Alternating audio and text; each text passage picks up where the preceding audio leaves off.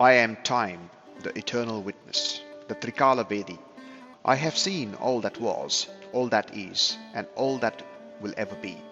I have watched the worlds rise from the unseen, shaped by the laws that govern all things, and I have witnessed them dissolve into the Kala Garbham, the great stillness from which all creation is drawn, and to which all must return. I do not move, yet all moves within me. I do not act, yet every action unfolds under my gaze. Through the endless cycles of Srishti, Sthiti, and Laya, creation, sustenance, and dissolution, I have observed a force more ancient than the stars, more enduring than the mightiest of empires, and yet more subtle than the whisper of the wind, and more unyielding than the march of time. It is the Sanatana Dharma. It is the breath of existence, the pulse of the cosmos, the silent rhythm that governs all things. Some follow it knowingly, others unknowingly, but none are beyond its reach. Yet Dharma is not separate from its source, more unyielding than the march of time. It is Shiva himself, the timeless, the boundless, the unchanging stillness in which all change unfolds.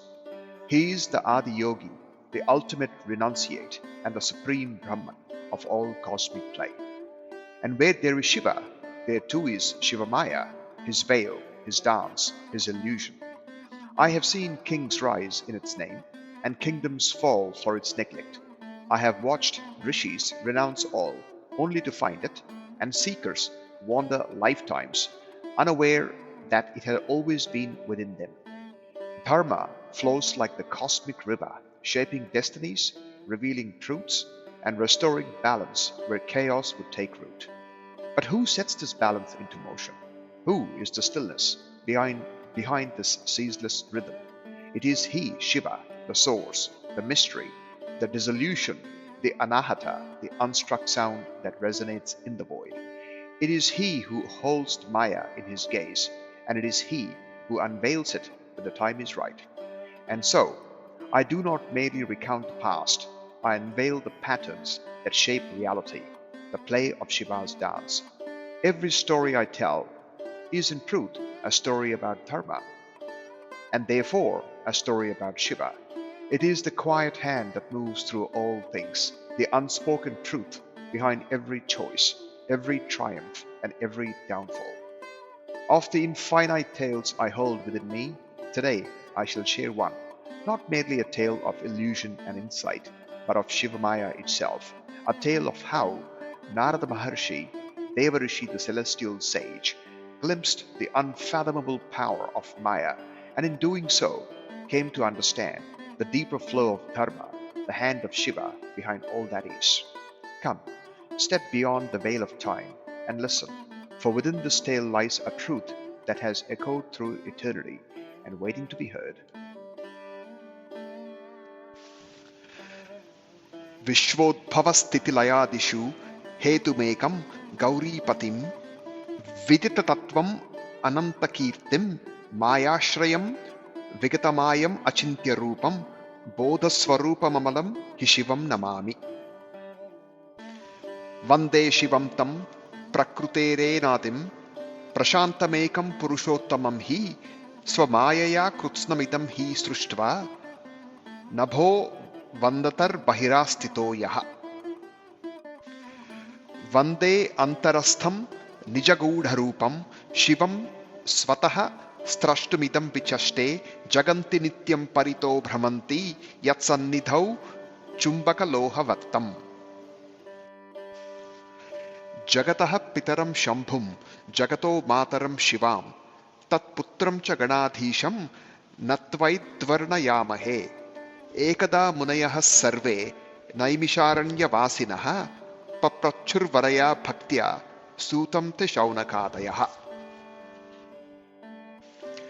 I bow to Bhagavan Shiva, who is the sole cause of the universe's creation, preservation, and dissolution, the husband of Gauri, the daughter of the king of mountains, the knower of all principles and truths, whose glory is infinite, who resides within Maya yet remains untouched by it, whose form is beyond comprehension, who embodies pure knowledge and is free from all impurities. This is a heartfelt salute to the eternal and transcendent Bhagavan Shiva. I bow to Bhagavan Shiva, who is eternal and the embodiment of peace, the supreme being, the ultimate Purusha, who through his Maya has created this entire universe, and like the sky resides both within and beyond it. This is a reverent salutation to the timeless and all-encompassing Bhagavan Shiva. I respectfully bow to Bhagavan Shiva, who resides within all beings as the inner essence, whose own form is profoundly mysterious and hidden, who revealed the method of creation to manifest this universe, around whom, like iron drawn to a magnet, the entire cosmos perpetually revolves. This is a reverent salutation to the omnipresent and enigmatic Bhagavan Shiva. Vyasa Maharshi said, after offering salutations to Bhagavan Shiva, the father of the universe, to the benevolent Devi Parvati, the mother of the world, and to their son, Sri Ganesha, the leader of all celestial beings, we begin the narration of this Purana. Once in the sacred forest of Naimisharanyam, the rishis, including Shaunaka Rishi and others, approached Suta Maharshi with utmost devotion and posed their questions with reverence. Suta Maharshi is the son of Romaharshana and a disciple of Bhagavan Vyasa. Blessed with divine wisdom, he was entrusted with preserving and narrating the sacred Puranas to the for the seekers of truth.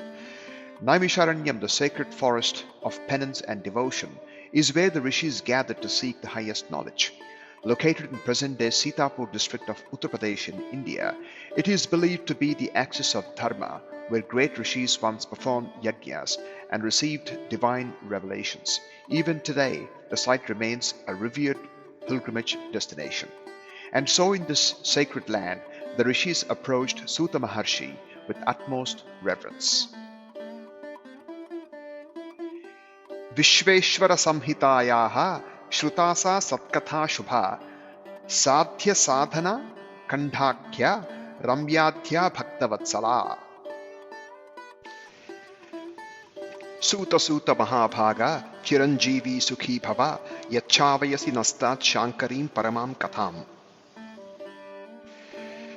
Pibantastvan Mukham Bojachyutam Jnanamrutam Vayam Avitruptaha Punaha Kinchit Prashtumichamahe Anagha. Vyasa Prasadat Sarvagyo Praptosi Krutakrutyam Nagyatam Nityate Kinchit Putam Bhavyam Bhavachayat. Guror Vyasasya Sadbhaktya Samasadhya Krupam Param Sarvam Gyatam Visheshena Sarvam Sartham Krutam Januhu. Idanim Kathaya Pragya Shivarupam Anuttamam Divyani Vaicharitrani Shivayorapya Sheshataha. Aguno Gunatam Yati Katham Loke Maheshwaraha Shivatatvam Vayam Sarve Najanimo Vicharataha.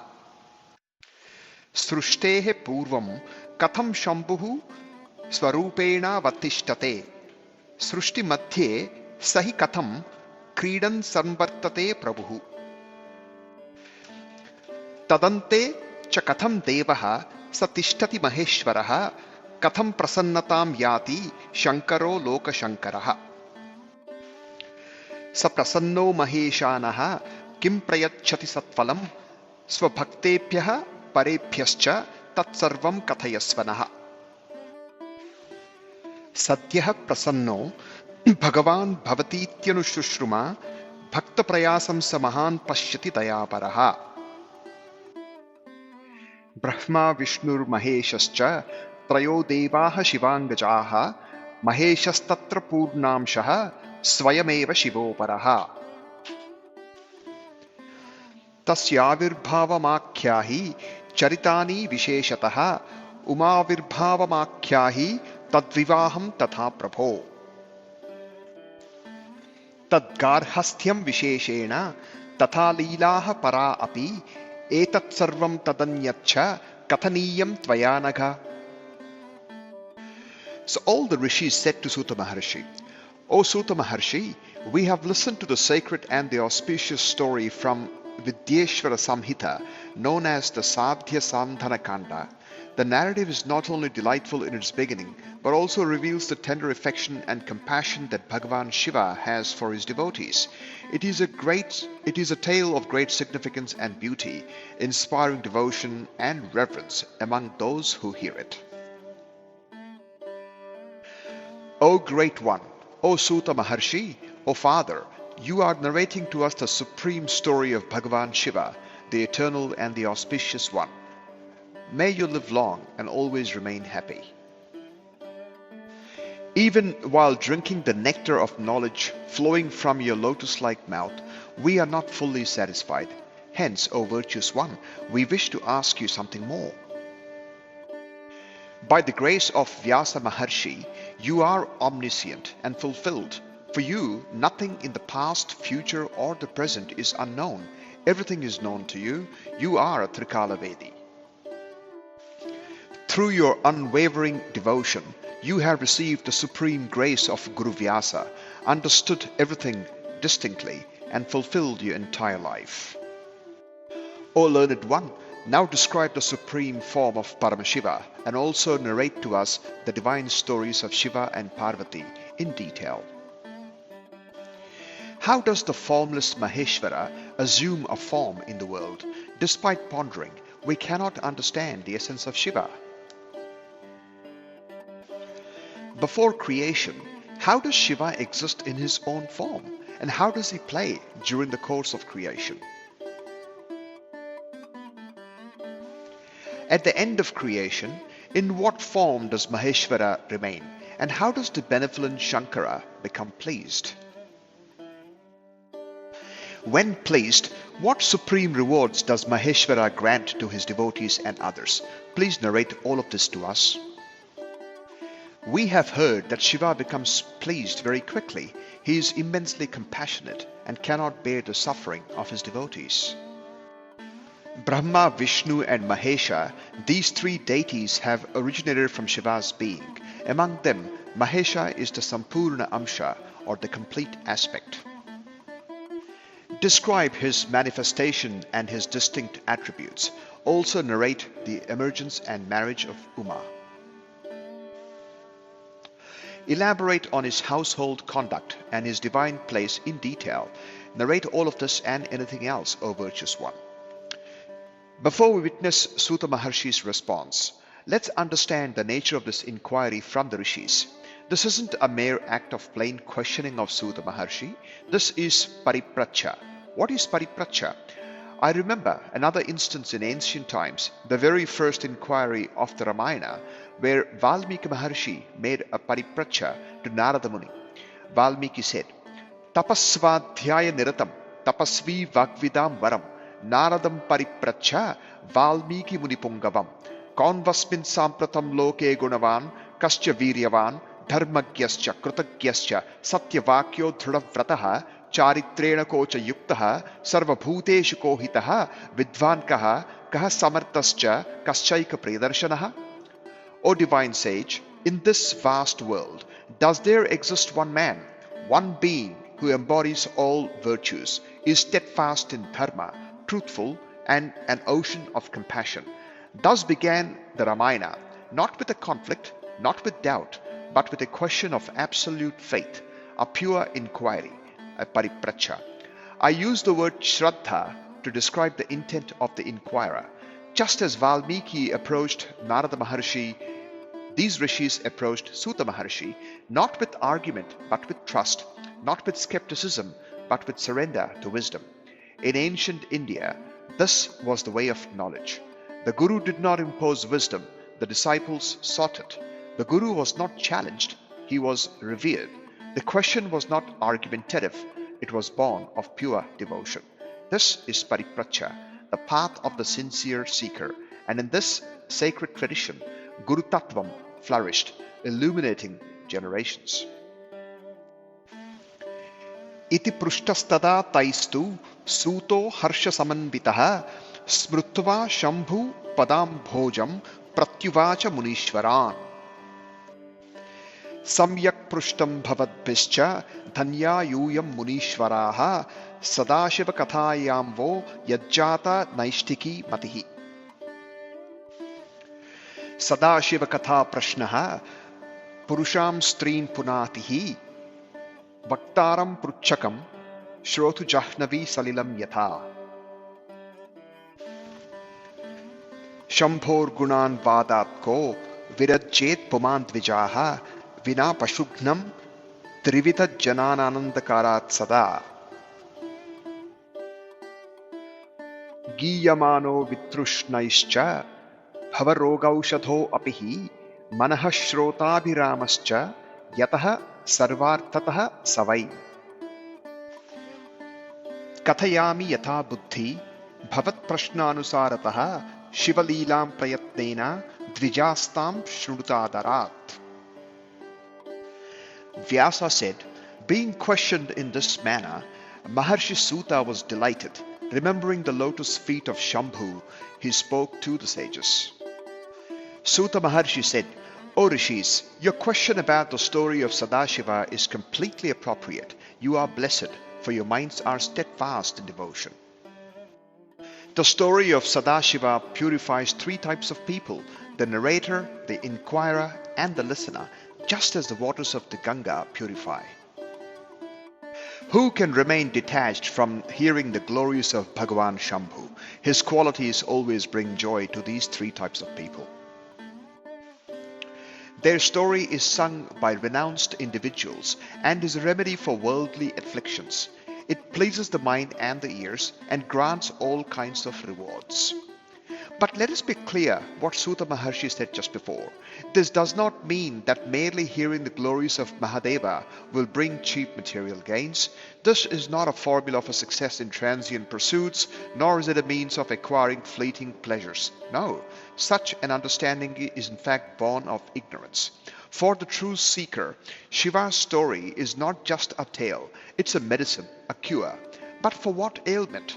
The Jnanis, the ones who have come to know the truth, called it Bhavaroga, the disease of existence itself. What is this disease?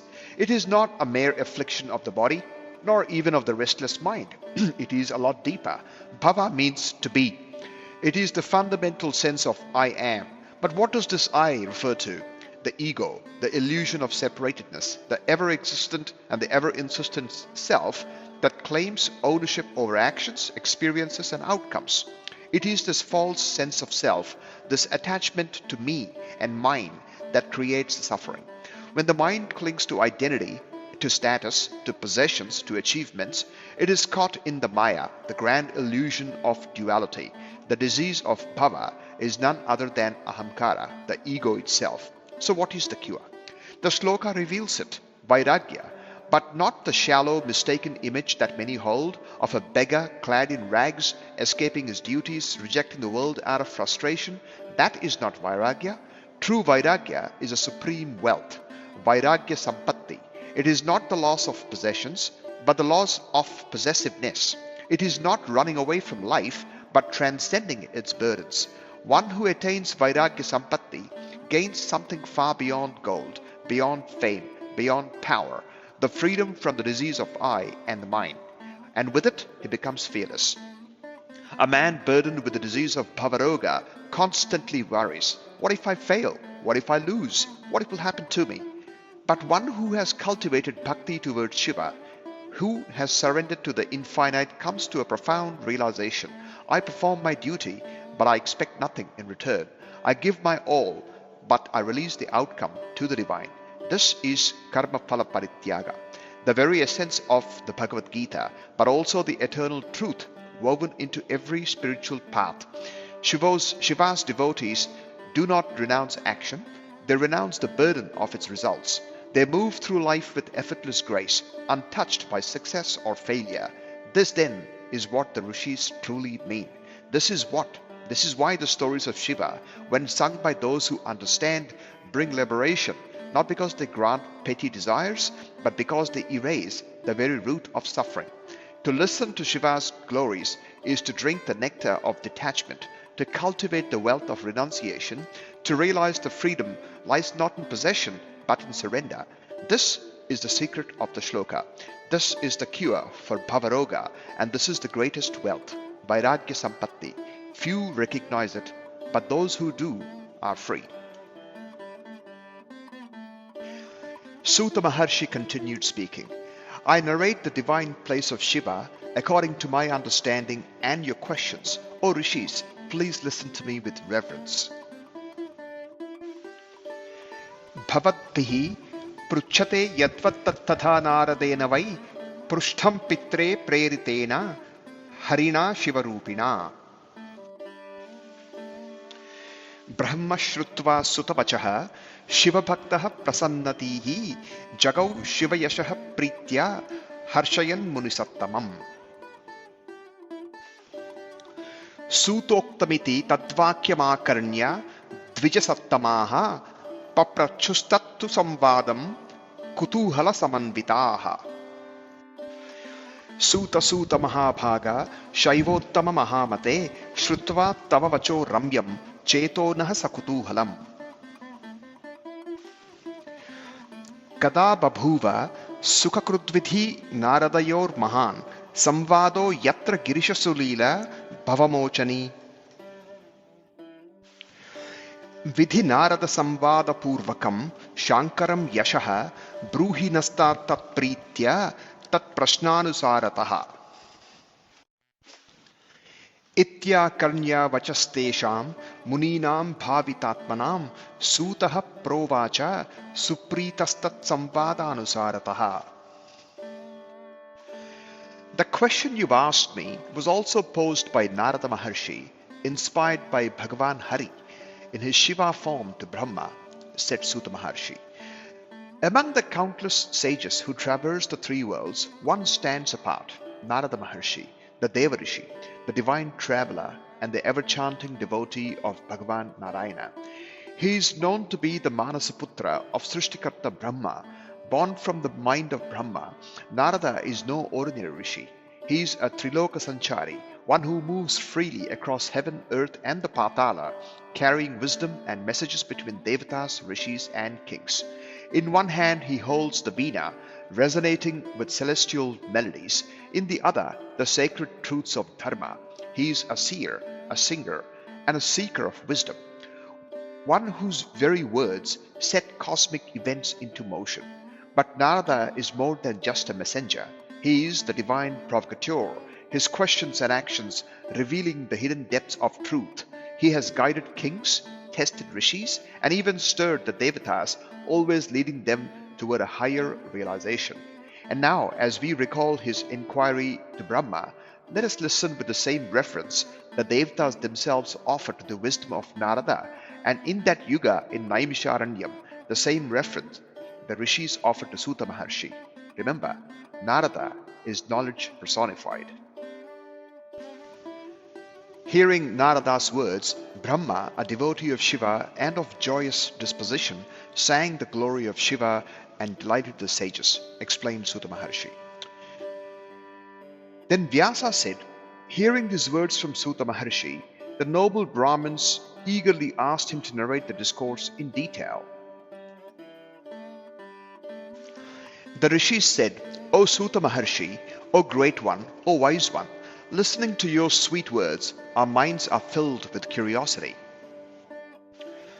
When did that great discourse occur between Brahma and Narada, which described the liberation bestowing Shiva Leelas? Let us pause here again to understand the depth of the word Leela. Shiva's Leela is the cosmic play that unfolds without effort. To understand Shiva's Leela, it is important to also reflect on Leela in its totality, embodied in the great avatars of Vishnu. Many of you are familiar with the well-known two avatars of Vishnu, Rama and Krishna. Yet the enlightened ones, the Jnanis, saw these two quite differently. They could call Rama only an Amsha Avatara, a partial manifestation, but Krishna they called the Sampurna Avatara, the complete and the total embodiment of Vishnu. Rama is known as the Maryada Purushottama, the perfect man who upholds Maryada, boundaries, rules and honor. He lived his life bound by duty, walking the path of Dharma with precision. Every step Rama took adhered to the highest expectations of dharma. His story is the story of rigorous righteousness, of discipline, of principled leadership. But Krishna is something else. Krishna is known as Leela Purushottama, the master of divine play, who chose not to be bound by any Maryada. He plunged into the depths of life, embracing all its contradictions, both the light and the shadow. His path was not one of rigid adherence to the rules, but of dynamic dharma, where he acted with absolute freedom, yet remained perfectly aligned with the cosmic order. Consider this. On the battlefield of Kurukshetra, Krishna promised that he would not bear arms. Yet when circumstances demanded it, he lifted a chariot wheel to kill Bhishma. He cherished the Pandavas for their truthfulness, yet he urged Yudhishthira to speak a half-truth when he had to defeat Drona. He strived for peace during the Rayabaram with Dhritarashtra, yet ultimately urged Arjuna to take up his Gandhiva bow and destroy his foes. This is the paradox of Krishna.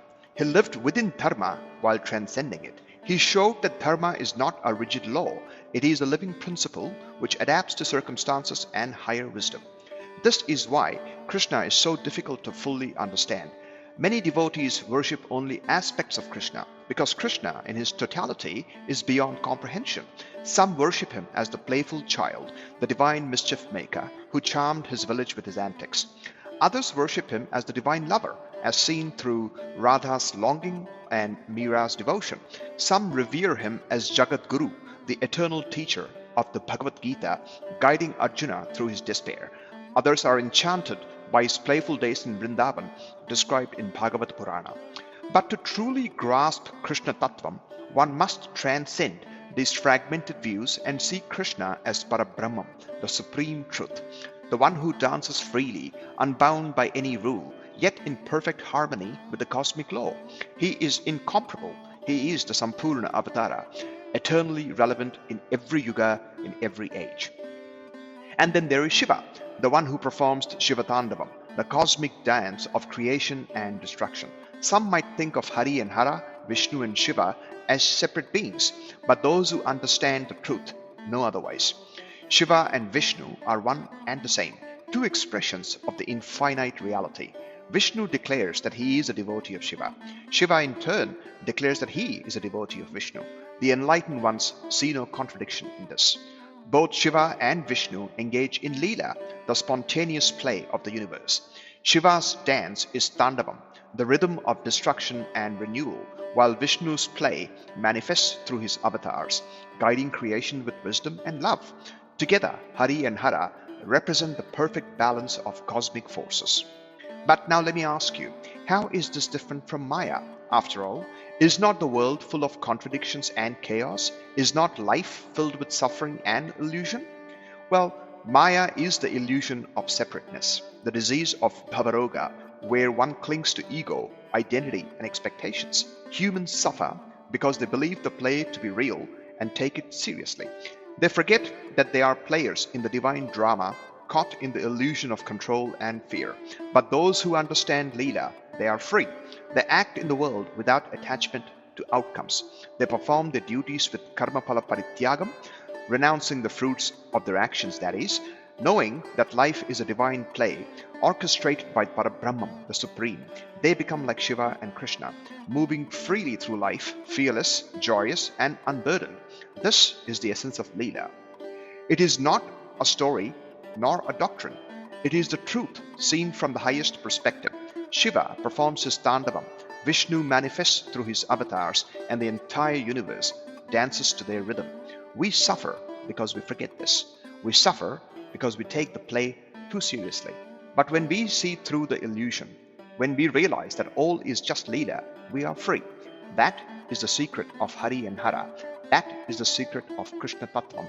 That is the secret of Shiva Tattvam. As it is said in Kenopanishad, Yad vacha anabhyuditam yena vagabhyutyate tadeva brahmatvam vidhinedam yadidam upasate. Meaning, that which speech cannot express, but by which speech is expressed, know that alone to be Brahman, not that which people here worship. In Naimisharanyam, As the yajna fire crackles softly in that yugam on that evening, I imagine the rishis spellbound and in awe, bowing in reverence as if in approval of the eternal truth that has been revealed to them by Suta Maharshi, but yet something that cannot be truly known, the Shiva Leela. The rishis continued asking Suta Maharshi, Suta Maharshi, please narrate to us the glory of Shiva, along with the dialogue between Brahma and Narada. Kindly answer as per our questions. Hearing the words of those self-realized rishis, the delighted Suta Maharshi began narrating the story of Shiva based on the dialogue between Brahma and Narada. Ekasmin samaye vipra narado munisaptamaha brahmaputro vinitatma taportham mana adate. Himashaila guha kachideka paramashobhana yat samipe surnadi sada vahati vegataha. Tatrashramo mahadivyo nana shobha samanvitaha taportham sa yayau tatra narado divya darshanaha. Tam društva munushartulastepe sasuchiram tapaha badhvasanam drudam mauni prananayamya shutvadihi. Chakre munihi samadhim tamaham brahmeti yatraha vigyanam bhavati brahma sakshatkarakaram dvijaha. Suta Maharshi said, O Brahmins, once Narada Muni, the son of Brahma and of humble disposition, resolved in his mind to undertake tapasya. In the Himalayas, there was a most beautiful cave near which the divine river Ganga flowed swiftly and continuously. There was a grand and divine ashram adorned with various forms of splendor. Narada, of celestial appearance, went there to perform tapasya. Seeing that place, the foremost among the munis, Narada, performed tapasya there for a very long time. He sat firmly in posture, maintained silence, and entered meditation through pranayama or breath control. O Brahmins, the Maharshi entered the meditation of Aham Brahmasmi, which leads to the realization of Brahman. Itham tapati tasmin vai narade munisaptame chakampeta shunasiro manas santapa viflaha. Manasa iti vichintyasau munirme rajyamichati tad vigna karanartham hi harir yatnamiyeshasaha. Sasmara sasmaram shakrataschetasa devanayakaha ajagama drutam kamaha samadhir mahishi yutaha. Athagatam smaram društva sambodhya surarat prabhu uvachatam prapashyashu swarthe kutilashemushihi. Mitravarya mahavira sarvada hitakaraka shrunu pritya vacho me tvam kuru sahatyamatmana. Tvad balan me bahunancha tapo garvo vinashitaha mad rajya sthirata mitra tvad anugrahatah sada. Himashaila guhayam hi munistapati naradaha manasodhishya vishvesham mahasamyavan drudaha. Yachaina vitito rajyam samameti vishankitaha adhyaiva gachat tatra tvam tattapo vignamachara. Ityagyapto mahendrena sakamaha samadhupriyaha jagama tatsthalam garvat upayam svam chakaraha. Rachayamasa tatrashu svakalaha sakala api vasanto api swaprabhavam chakara vividham madat. While the noble Narada Muni was doing tapasya, Indra began to tremble and became distressed in his mind. Indra thought to himself, this Muni desires my throne. With this thought, he decided to disrupt Narada's tapasya. Indra invoked Kamadeva in his mind, and immediately Kamadeva arrived there swiftly along with his consort Rati. Well, let's understand Kama and Kamadeva a little better. Among the many forces that govern this universe, there is one that moves all beings, from the smallest of the creatures to the mightiest of the Devatas. It is Kama, the force of attraction, the longing that gives birth to creation itself. Without Kama, there is no movement, no will to live, no will to seek. And yet, the same Kama that brings life into being also binds it to suffering. Kamadeva is the Adhisthana Devata of Kama, the governing authority over Kama. It is Kamadeva who churns the mind, the one who was burned to ashes by the gaze of Mahadeva, and yet still remains everywhere, unseen yet felt by all. In the very beginning, when the one willed to become many, it was desire that arose first. The Upanishads say, Kamaha eshaha pradhamo jayate. Desire was the first to be born. It is Kama that causes the seed to sprout, the stars to move, the heart to long. Without desire, there is no creation.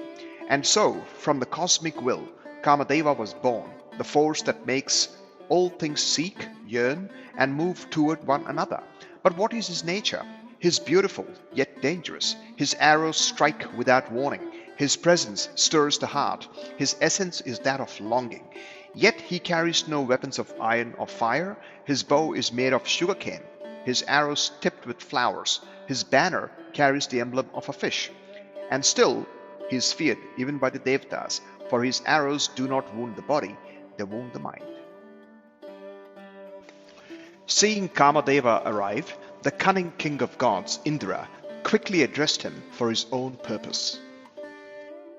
Indra said, O foremost among friends, O mighty one, O ever beneficent, kindly listen to my words lovingly and assist me. O friend, with your power I have destroyed the pride of many ascetics. It is by your grace that my kingdom remains stable. With complete self-restraint, the determined Narada Muni is doing tapasya in a Himalayan cave, aiming to attain Vishveshwara Shankara, the Lord of the universe. I fear that, if pleased by his tapasya, Brahma might grant him my kingdom. Go there immediately and disrupt his tapasya.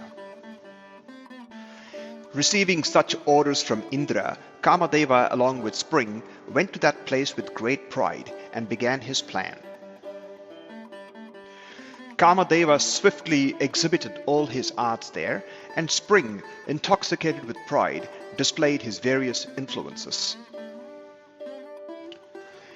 Na babhuva muneshcheto vikrutam munisatamaha bhrashto babhuva tadgarvo mahesha anugrahenaha. Shrunutataratastattra karanam shaunakatayah ishvaranugrahenatra na prabhavah smarasyahi. Atraiva shambhunakari sutapascha smararina atraiva dagdhastenashu kamo munitapopaha. Kama jivana hetorhi ratya samprarthitaihi suraihi samprarthita uvachedam shankaro loka shankaraha. Kanchit samayamasadhya jivishyati suraha smaraha parintvaha smaropayaschalishyati na kaschana. Iti shambhuktitah kamo mithyatma gatikastata naradesa jagamashu divamindra samipataha. Iha yavad drushyate bhurjanaihi stitva marahas sada kama bana prabhavotra na chalishyatya samshayam. Achakhyau sarva vruttantam prabhavam cha munehe smaraha tadagya yayau sthanam svakiyam samadhupriyaha. Vismito bhutsuradhishaha prashashamsatha naradam tad vruttantan anibhigyo hi mohitaha shivamayaya. O great Munis, despite the relentless efforts of Kamadeva and Spring, Narada's mind remained unaffected. By Mahadev's grace, their pride was shattered. O Shaunaka and other rishis, listen respectfully to the reason behind this. It was due to Mahadeva's grace that Kamadeva had no effect. In that very ashram, Shambhu, the enemy of Kamadeva, had performed great tapasya and burned Kamadeva to ashes. Kamadeva was the destroyer of many rishis' tapasyas to ashes. What happened was, there once came a time when even the Devatas needed Kama's arrows, though they knew the price of his power. After the great yajna of Daksha, when Sati had left her body in flames, Mahadeva, Shiva, the supreme yogi, retreated into the vast silence of the mountains. He withdrew from the world, lost in tapasya, absorbed in the absolute. Yugas had passed, yet Shiva did not return. Without his presence, without his energy, creation itself began to slow. The balance of the universe was faltering. And so the Devatas, led by Indra, sought out Kamadeva, the one force powerful enough to stir even the ascetic heart of Shiva. Go forth, they pleaded. Awaken Mahadeva, for without him the world cannot move forward. Kamadeva hesitated. To disturb the tapasya of Shiva was no small act. It was stepping into the fire itself. Yet, bound by duty, he accepted his fate.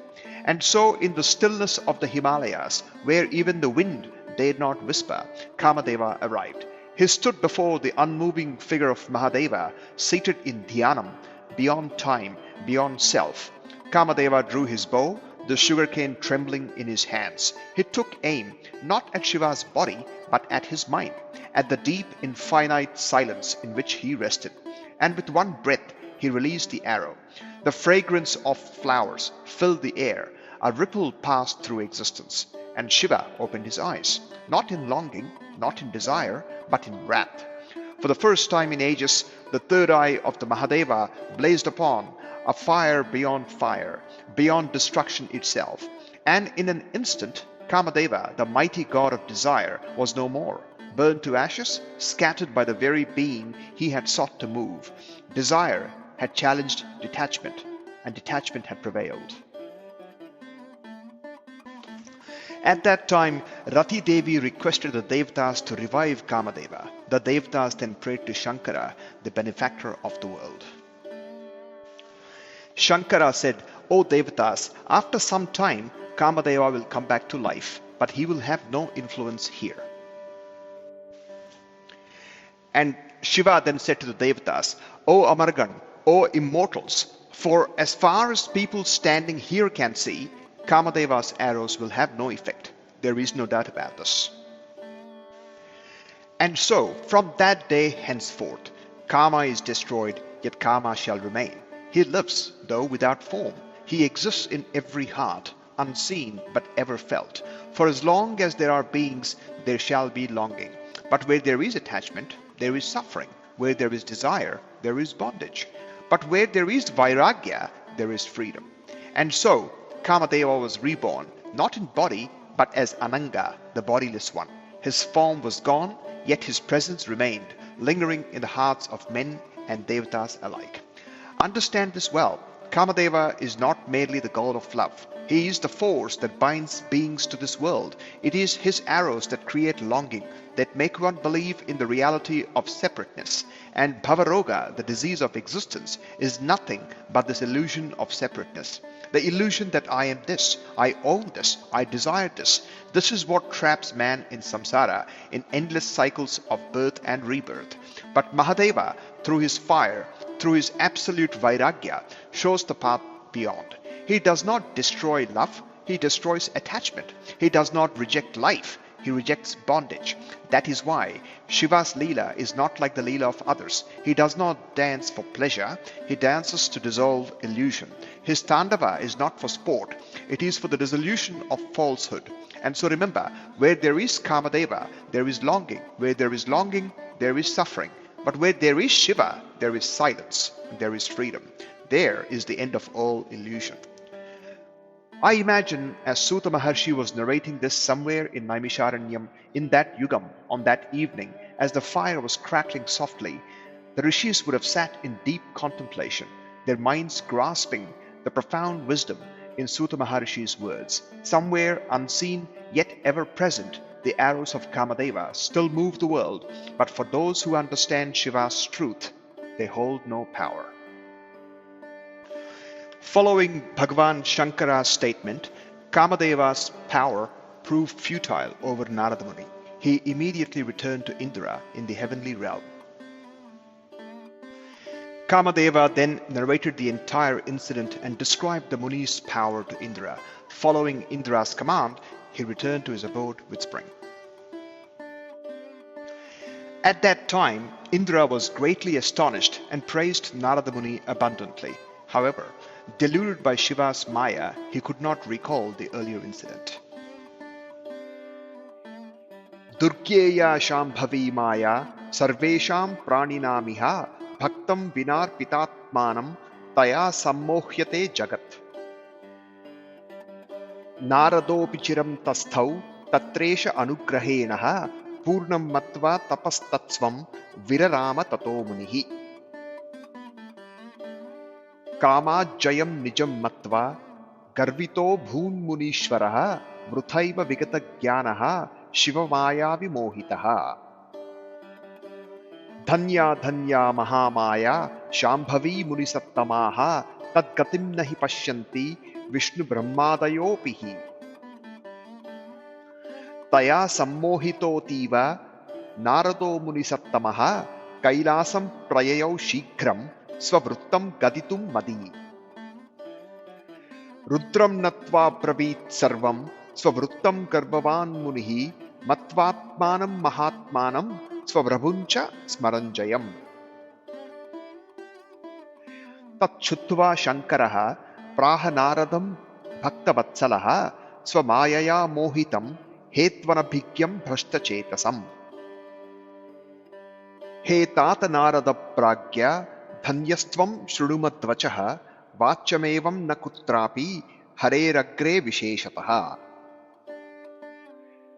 Pruchamanopi na bruyaha Swavruttam me Yaduktavan Gopyam Gopyam Sarvatahi Naiva Vachyam Kadachana.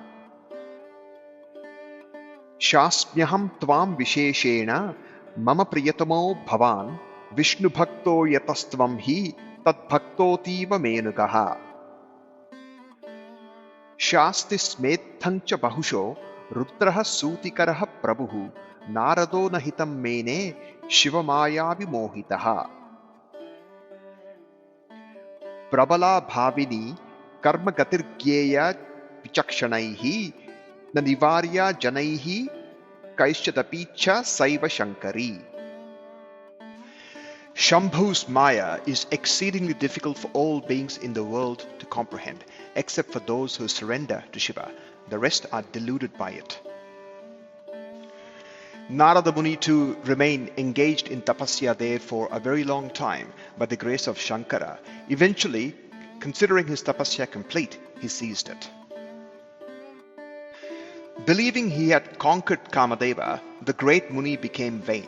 Deluded by Shiva's Maya, he lost true understanding.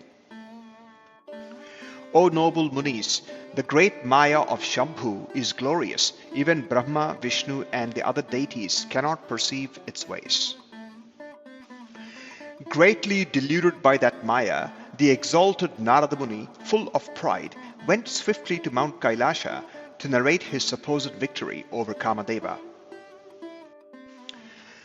Bowing to Rudra, the proud Muni narrated his story, considering himself a great soul and master of his victory over Kamadeva.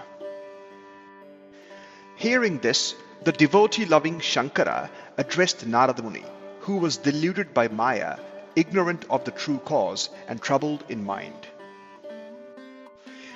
Rudra said, "O dear Narada, O wise one, you are blessed. Listen to me, never speak of this anywhere, especially not in front of Vishnu. Even if asked, do not reveal the account you shared with me. This account must always remain confidential and should never be disclosed to anyone. You are especially dear to me, which is why I give you this guidance. You are a devotee of Vishnu, and as his devotee, you are also my close follower." Thus Rudra gave guidance to Narada. However, deluded by Shiva's Maya, Narada did not consider this guidance beneficial. The course of destiny is immensely powerful and only known to the wise. No one can alter Bhagavan Shiva's will. ततः स मुनिवर्यो हि ब्रह्मलोकं जगामः विधिं नत्वा ब्रवीत् कामजयं स्वस्य तपोबलात् तदा कर्ण्य विधिः सोऽथ स्मृत्वा शम्भुपदाम्बुजं विज्ञाय कारणं सर्वं निशिषेध सुतं तदा मेने हितं न विद्युक्तं नारदो ज्ञानिसत्तमः शिवमाया मोहितश्च रूढचित्तमदाङ्कुरः शिवेच्छ यादृशी लोके भवत्येव हि सा तदा तदधीनं जगत्सर्वं वचस्तन्त्यां स्थितं यतः Thereafter, the foremost Muni Narada went to Brahmaloka. Bowing to Brahma, he claimed to have conquered Kamadeva through the power of his tapasya. Hearing this, Brahma meditated on Paramashiva's feet and understanding the complete truth, forbade his son from speaking any further. Narada, deluded by Shiva's Maya, had a seed of pride sown in his heart. He did not consider Brahma's advice beneficial. In this world, whatever Shiva wills comes to pass. The entire universe is bound by his will, like a string to his words. Naradotha yayau shighram Vishnulokam vinashtadhihi Madankuramanavruttam Gaditum swam tadagrataha Agachantam munim društva Naradam Vishnuradarat Utthittvagre gotaram tam Shishlesha gyata hetukaha Svasane samupaveshya Smrutva Shivapadabhujam Harihi praha vachasthatyam Naradam madanashanam Kuta agamyate tata Kimarthamiha chagataha Dhanyastvam munushartula Tirtoham tu tava agamat Vishnuvakyamiti shrutva Narado garvito munihi Svavruttam sarvamachashta Samadam madamohitaha Shrutva munivacho Vishnuhu Samadam karanam tataha Gyatavanakhilam smrutva Shivapadambujam hradi Tushtava girisham bhaktya Shivatma shaivarandharihi Sanjalir visudhir namra mastakaha Parameshwaram. Deluded and filled with pride, Narada then went to Vaikuntha to narrate his story boastfully before Bhagavan Vishnu. Seeing Narada Muni arriving, Bhagavan Vishnu respectfully stood up, moved forward and embraced the Muni. He already knew the reason for Narada's visit. Seating Narada on his throne and meditating on Shiva's lotus feet, Sri Hari spoke truthful and pride-dispelling words. Vishnu said, "O dear one, from where have you come? And what brings you here? O greatest among Munis, you are blessed. Your auspicious arrival has purified me." Hearing Bhagavan Vishnu's words, Narada, filled with pride and delusion, narrated his entire story with great arrogance. Hearing Narada's prideful words, Vishnu meditated on Shiva's lotus feet in his heart and fully understood the true reasons behind Narada's claims of victory over Kamadeva. Then Vishnu, who embodies Shiva's essence and possesses supreme wisdom, bowed his head, folded his hands, and began praising Bhagavan Shankara of Kailasha with devotion. Deva Deva Mahadeva Prasida Parameshwara Dhanyastvam Shiva Dhanyate Maya Sarva Vimohini Ityadi Sastutim Kutva Shivasya Paramatmanaha Nimilya Nayane Dhyatva Virarama Padambujam Yat Kartavyam Shankarasya Sagyatva Vishwapalakaha Shivasasanataha Praha Hridatha Munisattamam Dhanyastvam Munushartula Taponidhirudaradhihi Bhaktitrikam Nayasyasti Kama Mohadayo Mune Vikarastasya Sadhyo Vai Bhavantya Khila Dukkadaha Naishtiko Brahmachari Tvam ज्ञानवैराग्यवान् सदा कथं कामविकारी स्याज्जन्मना विकृतः सुधीः इत्याद्युक्तं वचो भूरि श्रुत्वा स मुनिसत्तमः विजहास हृदा नत्वा प्रत्युवाच वचो हरिम् किं प्रभावः स्मरः स्वामिन् कृपा यद्यस्ति ते मयि इत्युक्त्वा हरिमानम्य ययौ यादृच्छिको मुनिः. Vishnu said, O God of gods, O Mahadeva, O Parameshwara, be pleased. O Shiva, you are blessed, and your Maya, which deludes all, is also glorious. And having thus praised Shiva, the Paramatma, Vishnu closed his eyes, meditated on his lotus feet, and fell silent. Bhagavan Vishnu, the Vishwapalaka, the protector of the world, realizing Shiva's will in his heart, spoke to the great sage Narada according to Shiva's command. Vishnu said, O foremost amongst Munis, you are blessed, a treasure of tapasya and of generous heart. Only those devoid of devotion, knowledge and detachment are quickly overcome by delusive desires and attachment. Those without devotion, knowledge and detachment are quickly afflicted by distressing vices. But you, being a lifelong brahmachari, a celibate, are always endowed with jnana vairagyam, renunciation born out of wisdom. Hearing the many words spoken by Sri Hari, the foremost Muni, Narada, began to laugh heartily and bowing mentally to the Bhagavan, began to speak. Narada said, O Swami, if your grace is upon me, then what influence could Kamadeva possibly have over me?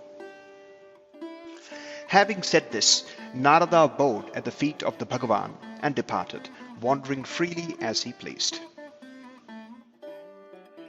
Suta Suta Mahabhaga Vyasa Sishya Namostute Adbhuteyam Katha Tata Varnita Krupaya Hinaha Munau Gate Haristata Kinchakara Tatah Param Naradopi Gatah Putra Tanme Vyakhyatu Marhasi Itya Karnyavachastesham Sutaha Pauranikottamaha Pratyuvacha Shivam Srutva Nana Sutikaram Buddha Munau Yadruchaya Vishnurgate Tasmin hi Narade Shivechaya Chakarashu Mayam Maya Visharavaha Munimarkasya Madhyetu Vireche Nagaram Mahat Shata Yojana Vistaram Adbhutam Sumanoharam Swalokadikam Ramyam Nana Vastu Virajitam Naranari Viharadayam Chaturvarnakulam Param Tatra Raja Shilanidhir Namaishwarya Samanvitaha Suta Swayamvaro Dhukto Mahotsava Samanvitaha Chatur Digbhyaha Samayataihi Sanyutam Nrupanandanaihi Nana Veshaihi Sushobhaischa Tatkanya Varanotsukaihi Etadrusham Puram Društva Moham Praptotha Naradaha Kautuki Tanrupadvaram Jagama Madanaidhitaha.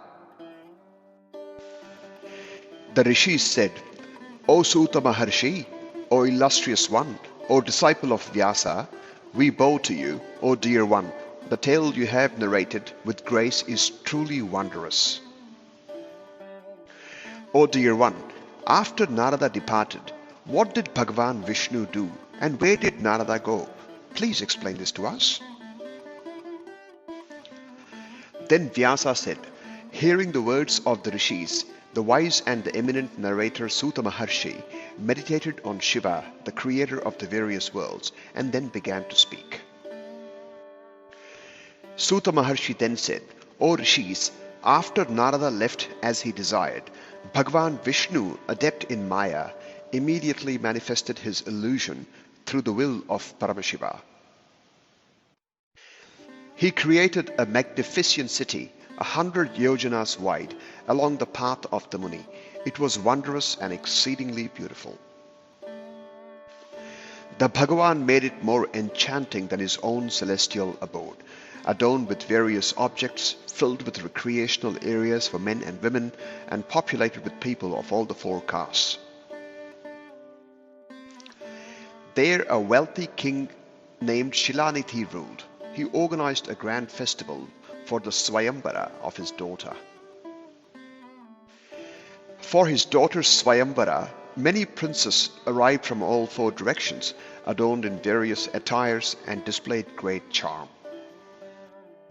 Seeing such a splendid city, Narada was captivated.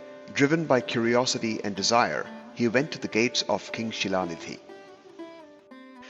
Agatam munivaryam tam društva Shilanidhi nrupaha upaveshyar chayam chakre ratna simhasane vare. Atha raja svatanayam namataha Shrimatim varam Naradasya samaniya padayoho samapatayat. Tat kanyam prekshasa munir naradaha praha vismitaha keyam rajan mahabhaga kanya surasutopama. Tasya tad vachanam shrutva raja praha krutanjalihi duhiteyam mama mune Shrimati nama namataha. Pradana samayam prapta varaman veshati shubham sa swayamvara samprapta sarvalakshana lakshita. Asya bhagyam vadamune sarvam jatakamaadarat kitrusham tanayeyam me varamapsyati tadvatat. Ityukto munushar dulastamichuhu kama viflaha samabhashya sarajanam narado vakyam abravit. Suteyam tava bhupala sarva lakshana lakshita mahabhagyavati dhanya lakshmiriva gunalaya. Sarveshvaro jito viro girisha sadrusho vibhuhu asyaha patidhruvam bhavi kama jitsura sattamaha. Ityuktva nrupama mantraya yayau yadruchiko munihi babhuva kama vivashaha Shiva mayavi mohitaha. Seeing the great Narada Muni arrive, King Shilanithi seated him on an exquisite gem-studded throne and worshipped him. Thereafter, the king summoned his beautiful daughter Shrimati and had her bow down at the feet of Narada. Seeing the maiden, Narada Muni was astonished and said, "O king, who is this fortunate maiden, as beautiful as a celestial damsel?" Hearing Narada's words, the king folded his hands and said, "O Muni, this is my daughter Shrimati. The time for her marriage has arrived. She has come to the Swayamvara to find an ideal husband. She possesses all auspicious qualities. O Muni, based on her planetary positions, please reveal her fortune and tell me what kind of husband she will get." Hearing the king's query, the great Muni Narada, overwhelmed by desire and longing for the maiden, spoke.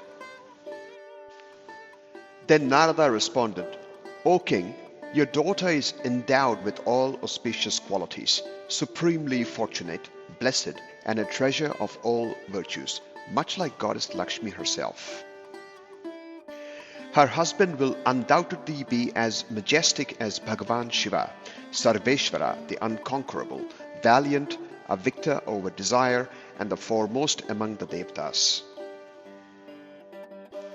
Having said this, Narada Muni took leave of the king and departed to wander as he pleased. Overcome by desire, he fell into deep delusion caused by Shiva's Maya. Chitte vichintyasa munirapnuyam kanyakam katham swayamvare nrupalanam ekam mam ruduyat katham. Saundaryam sarvanarinam priyam bhavati sarvatha tad drushtavaiva prasannasa swavasha natra samshayaha. विधायेत्थं विष्णुरूपं ग्रहीतुं मुनिसत्तमः विष्णुलोकं जगामाशु नारदः स्मरविफ्लः प्रणिपत्य ऋषिकेशं वाक्यमेतत् उवाचः रहसि त्वां प्रक्ष्यामि स्ववृत्तान्तमशेषतः तथेत्युक्ते तथा भूते शिवेच्छ कार्यकर्तरि ब्रूहित्युक्तवती श्रीशे मुनिराह च केशवम् त्वदीयो भूपतिः शीलनिधिः स वृषतत्परः तस्य कन्या विशालाक्षी श्रीमती वरवर्णिनी जगन्मोहिन्यभिख्याता त्रैलोक्येऽप्यति सुन्दरी परिणेतुमहं विष्णो तामिच्छाम्यध्यमाचरम् स्वयंवरं चकारासौ भूपतिस्तनयेच्छया चतुर्दिग्भ्यः समायाता राजपुत्राः सहस्रशः यदि दास्यसि रूपं मे तदा तां प्राप्नुयां ध्रुवं त्वद्रूपं स विना कण्ठे जयमालां न धास्यति स्वरूपं देहि मे नाथ सेवकोऽहं प्रियस्तव वृणुयान्मां यथा सा वै श्रीमती क्षितिपात्मजा वचः श्रुत्वा मुनेरित्थं विहस्य मधुसूदनः शाङ्करीं प्रभुतां बुद्ध्वा प्रत्युवाच दयापरः स्वेष्टदेशं मुने गच्छ करिष्यामि हितं तव भिषग्वरो यथार्थस्य यतः प्रियतरोऽसि मे इत्युक्त्वा मुनये तस्मै ददौ विष्णुर्मुखं हरेः स्वरूपम् अनुगृह्यास्य तिरोधानं जगामसः Narada Muni pondered in his mind, how can I attain this princess? In the Swayamvara, how can she choose me over all the other assembled kings? Beauty is always dear to all women. By seeing beauty, she will happily submit to me. Of this there is no doubt. Thinking this, Narada Muni, overwhelmed by desire, immediately went to Vaikuntha to take on the form of Bhagavan Vishnu. There, bowing down to Bhagavan Vishnu, he said, "O Bhagavan, I will tell you my entire story in private." Then saying, "Very well," Lakshmipati Srihari, who acts according to Shiva's will, sat privately with Narada and said, "O Muni, speak your mind." Then Narada said, "O Bhagavan, your devotee King Shilanidhi is always devoted to righteousness. He has a beautiful daughter with large eyes named Srimati. She is renowned as the most enchanting in all the three worlds. O Vishnu, today I wish to marry the maiden without any delay." King Shilanidhi organized a Swayamvara for his daughter's wish. Thousands of princes have come from all four directions. "If you grant me your form, I will certainly win her. Without your form, she will not place the victory garland around my neck." "O Master, I am your devoted servant. Please grant me your form so that Srimati, the daughter of the king, will surely choose me." Then Suta Maharshi said, "O great rishis, hearing these words of Narada Muni, Bhagavan Madhusudana smiled, realizing Shiva's divine influence, and replied compassionately.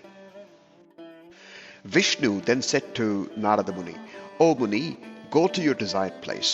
I will ensure your welfare, just as a skilled physician cares for a patient, for you are very dear to me."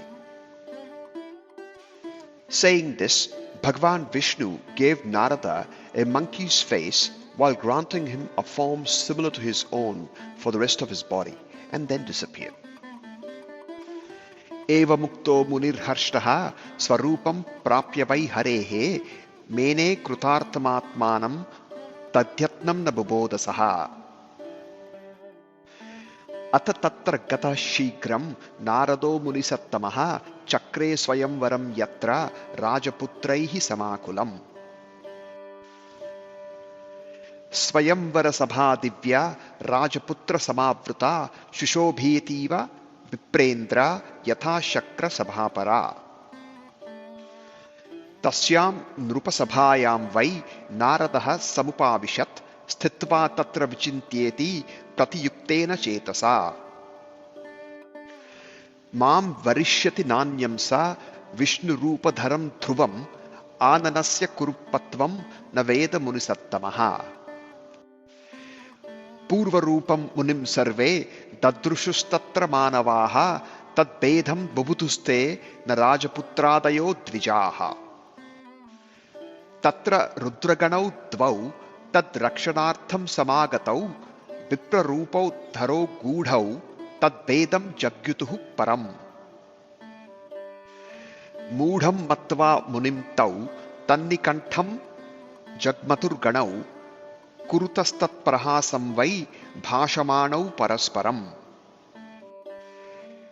Pashya Narada rupam hi Vishnoriva mahottamam mukham tu vanarasyeva vikatam cha bhayankaram. Ichchatyayam nrupasutam vrthaiva smaramohitaha ityuktva satchalam vakyamupahasam prachakratuhu. Na shushrava yathartam tu tadvakyam smara viflaha paryakshat chimatim tam vai tallipsurmohito munihi.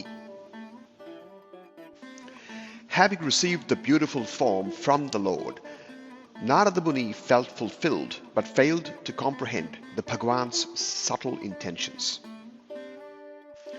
Soon the great Narada Muni reached a place where King Shilanidhi had organized a Swayamvara assembly filled with princes.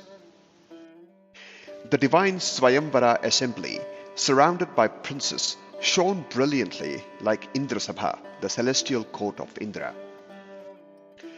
Narada Muni went to the royal court, seated himself, and joyfully contemplated. He thought, the princess will surely choose me, as I have assumed Vishnu's form. However, the Muni was unaware that his face was disfigured. The people there saw Narada Muni in his original form. The princess and the others did not perceive the mystery of his transformation.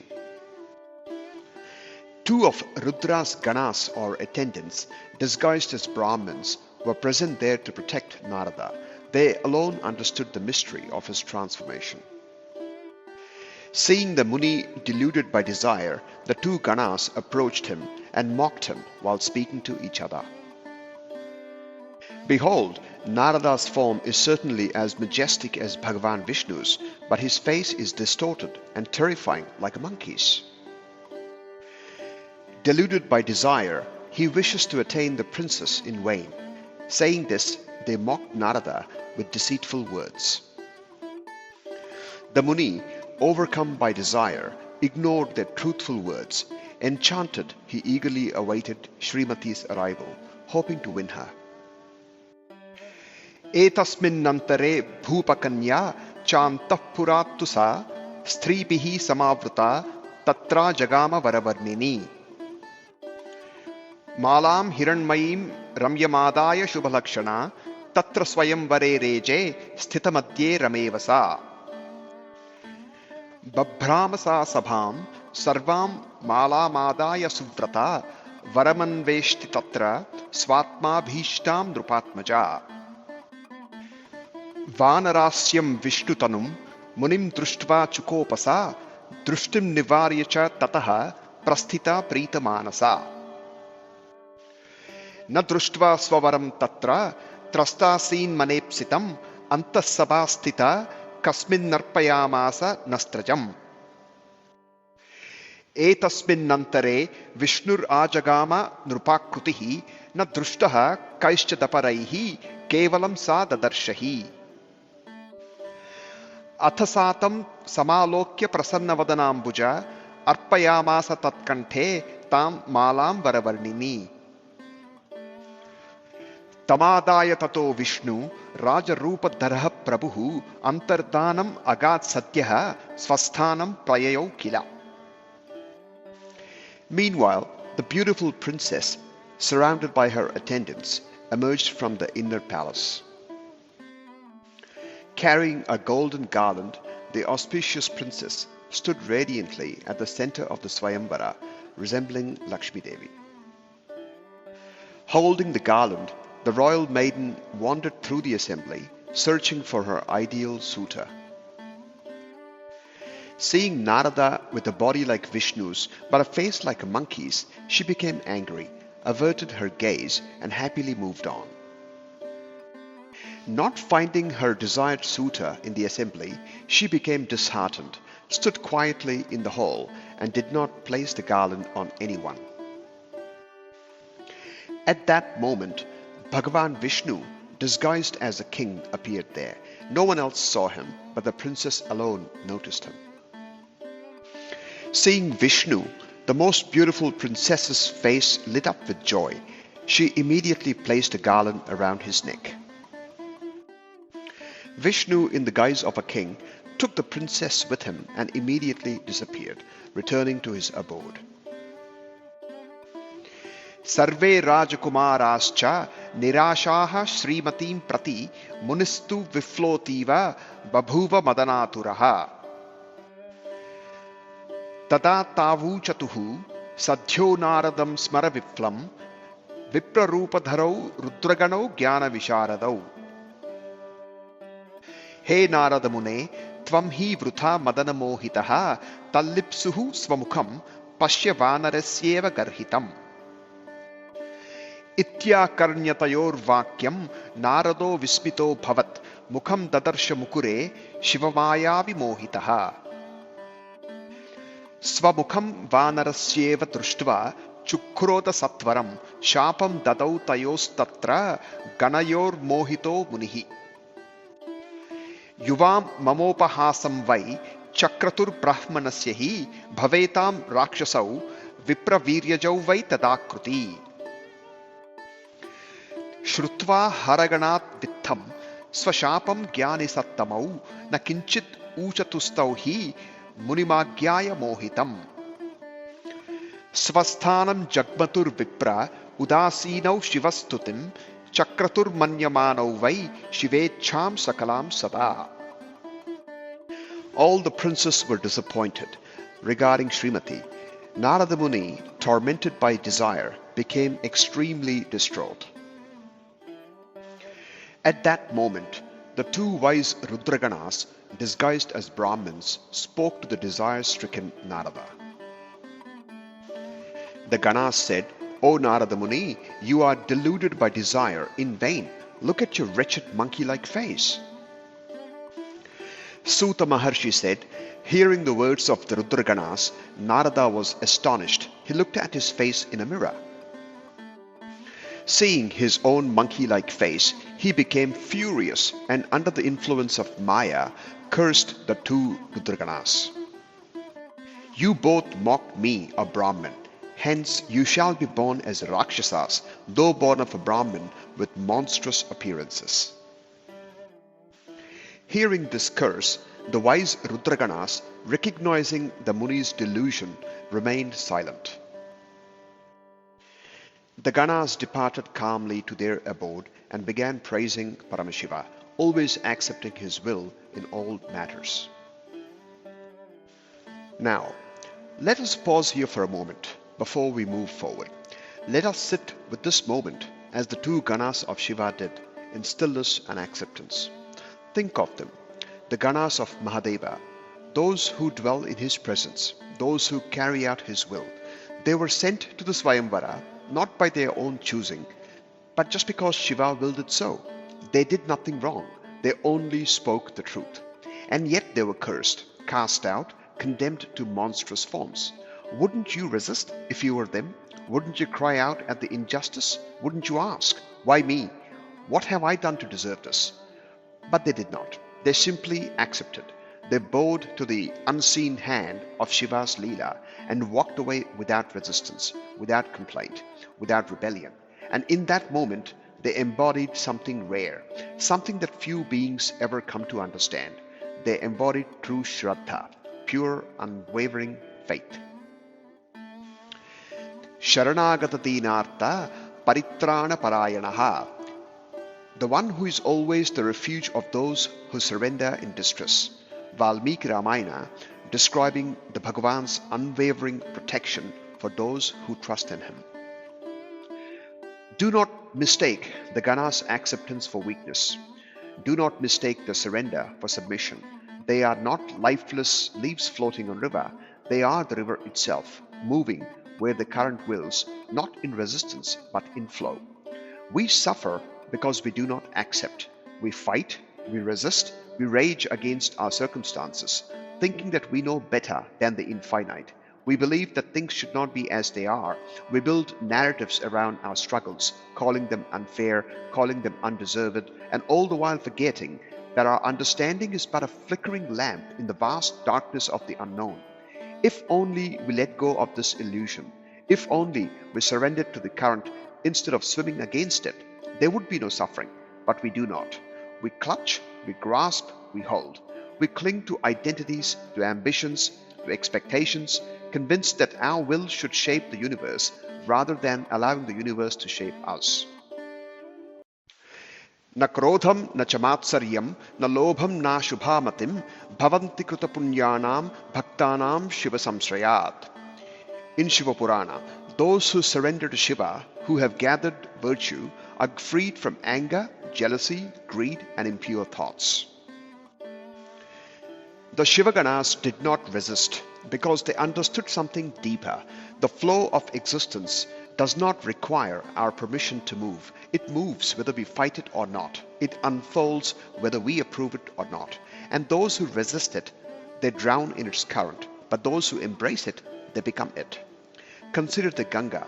She does not ask why the mountains birthed her. She does not demand to know why she must carve valleys, why she must nourish the land, why she must flow ceaselessly to the ocean. She simply flows. And so does Shiva. Shiva does not resist what is. He is both the stillness of the meditation and the wild chaos of the Tandava, because he understands that both are necessary, that both are the same, that whether he is the tapasmin in the mountains or the destroyer of the worlds, he remains unchanged. He is the adhisthana, the substratum, the one that abides, the one that does not fight the river, because he is the river. Sthitapragyasya ka bhasha samadhistasya keshava sthitadihi kim prabhasheta kimasit vrajeta kim. O Keshava, what is the mark of one whose wisdom is steady, who is absorbed in the highest truth? How does he speak? How does he sit? How does he move? This was Arjuna querying Jagatacharya Krishna in Bhagavad Gita about who is a Sthitapragya and how to recognize him. A Sthitapragya doesn't resist. To resist is to believe in the smallness of the self. To insist that the world should bend to our will is the disease of Bhavaroga, the suffering of separateness. But to accept is not to give up. It is to see clearly. It is to understand that there is something greater at play, something beyond our comprehension, something beyond our judgments of right and wrong, fair and unfair. The Shivaganas knew this, and so when they were cursed, they did not fall into despair. They simply bowed, turned, and continued their path unchanged. Because what is a curse in the grand Leela of Shiva? What is a loss? What's a victory? All rivers flow to the same ocean, and in the end, all of us return to Shiva. Nahi kaschit kshanamapi jatu tishtatya karma krut karyate yavashah karma sarvaha prakrutijair gunaihi. Not even for a moment can one remain without action. All are compelled to act by the qualities born of their nature, said Krishna Bhagavan in Bhagavad Gita. As Suta Maharshi was narrating all of this to the rishis in Naimisharanyam, they would have sat unmoving, lost in the weight of this truth. Somewhere in the distance, the river continues its course, never pausing, never resisting, never questioning, only flowing. Suta Suta Mahapragya Varnita Hyadbhuta Katha Dhanyatu Shambhavi Maya Tadhinam Characharam. Gataryo Ganayoho Shambhoho Swayamatmechaya Vibhoho Kinchakara Munihi Kruddho Naradaha Smara Viflaha. Vimohito Munir Tattva Tayoho Shapam Yathochitam Jale Mukham Nirikshyatha Svarupam Girishechaya. Shivechaya na prabuddhaha smrutva harikruta krodham durvishaham krutva vishnulokam jagamaha. The rishis said, O Mahapragya, O Suta Maharishi, you have narrated an extraordinary story. Blessed is Shiva's Maya, which governs the entire universe. When Shiva's two Ganas departed at their will, what did the desire-stricken and enraged Narada Muni do? Suta Maharshi replied, deluded by Shiva's will, the Muni cursed them appropriately and then looked at his own face and form in the water. Under Shiva's will, he did not realize the truth. Recalling Vishnu's trick, he became enraged and immediately went to Vaikuntha. Uvacha vachanam kruttaha samidha ivapavakaha durukta garbhitam vyangam nasta jnanaha shivechaya. He hare tvam mahadushtaha kapati vishvamohanaha parotsaham na sahase mayavi malinashayaha. Mohini rupamadaya kapatam krutavan pura asurebhyo payayastvam varuni mamrutam nahi. Chetpipenna visham rudro dayam krutva maheshwaraha bhavennashthakila maya tava vyajarate hare. Gatihi sakapata tetti priya vishno visheshataha sadhusvabhavo na bhavan svatantraha prabhuna krutaha. Krutam samuchitam naiva shivena paramatmana tat prabhava balam dhyatva svatantra krutikarakaha. Tvad gatim susamagyaya paschatapamavapasaha vipram sarvopari praha svokta veda pramanakrut. Tad gyatvaham haretvadhya shikshayishyami tadbalat yathana kuryaha kutra pidrusham karma kadachana. Adhyapi nirpayastvam hi sangam napastarasvina idanim lapyase vishno phalam svakruta karmanaha. Itamuktva hari sotho munir maya vimohitaha shashapa krodha nirvirno brahma tejaha pradarshayan. Stri krute vyakulam vishno mamakarshir vimohakaha anvakarshihi swarupena yena kapataya karyakrut. Tad rupena manushyastvam bhavatad dukkha bhuktare yanmukham krutvan me tvam te bhavantu sahayinaha. Tvam stri viyogajam dukkham labhasva paradukkadaha manushya gatikah prayo bhava ajnana vimohitaha. Iti shaptva hari mohan narado ajnana mohitaha Vishnur jagraha tam shapam prashansan shambhavimajam. Burning with anger, Narada, like a blazing fire, spoke harsh and sarcastic words to Vishnu. Narada said, O Hari, you are wicked, deceitful, and one who deludes the entire world. You cannot tolerate others' success. In the past, you had assumed the Mohini form to deceive, giving the Rakshasas intoxicating liquor instead of Amrit. If Maheshwara Rudra had not mercifully consumed that poison, all your delusions would have ended that day. O Vishnu, deceitful ways are dear to you. You lack virtuous nature. Bhagavan Shiva has granted you too much independence.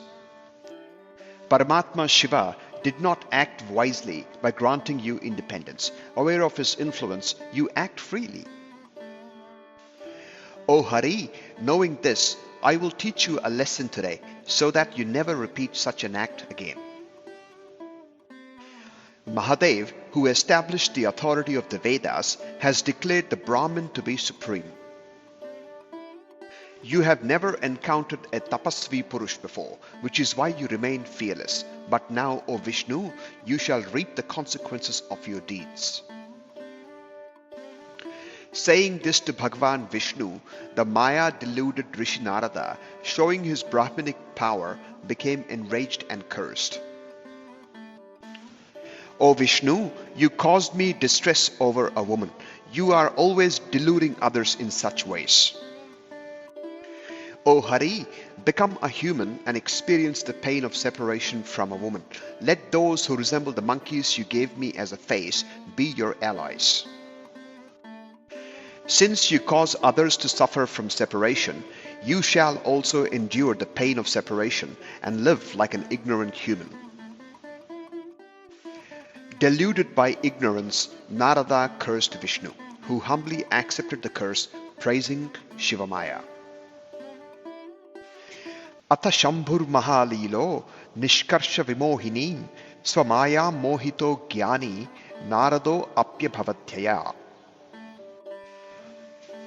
Antarhitayam Mayayam Purvavan Matimanabhut Narado Vismita Manaha Praptabodho Dirakulaha Paschatapam Avapyati Ninindasvam Muhurmuhu Prashashamsa Tada Mayam Shambhavim Gyani Mohini Atha Gyatva Munihi Sarvam Maya Vibhramamatmanaha Apatat Padayor Vishno Narado Vaishnavottamaha Haryupastitaha Praha Vachanam Nashta Durmatihi Maya Duruptayaha Prokta Mohitena Kubuddhina Dattaha Shapopi Tenatha Vitatam Kurutam Prabho Mahatpapamakārsham hi Yasyami Nirayam Dhruvam.